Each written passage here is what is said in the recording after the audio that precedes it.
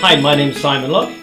I'm at the IPR and Prime Research Strategic Corporate Communications and Research Conference. I'm delighted to be with Mark Weiner, CEO of Prime Research LP. Mark, what do you think have been the takeaways for companies attending this event? The key takeaway for me is that everyone here, both speakers and attendees, are on a journey to learn more and evolve through research. Companies presenting, companies like GE, SAP, KPMG, big companies are on that path. And even among audience attendees, there are people who are just getting started, and there are those who are much further along the path. One of the themes, I think, has been the idea of how you connect communications and PR research to better business decisions. What stood out for you on the comments that have been made?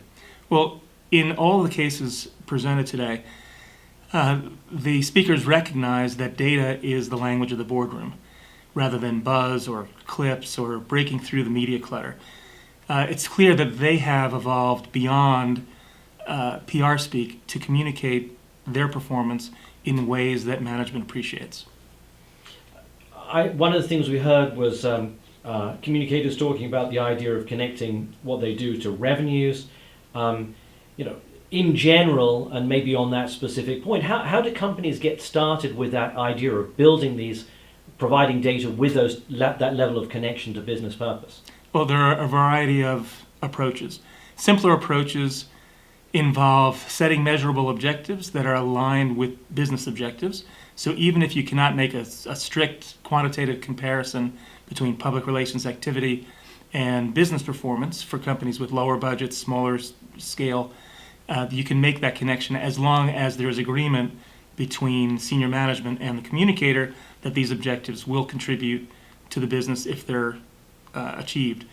In larger organizations where they have the resources to make quantifiable connections between public relations and business performance, it's usually a part of a much larger endeavor involving other areas of the company, because marketing also contributes to sales.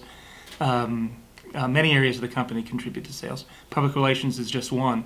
And even if it's one of the smaller elements in terms of budget, the research that I've seen in making these kinds of quantifiable connections is that public relations punches above its weight.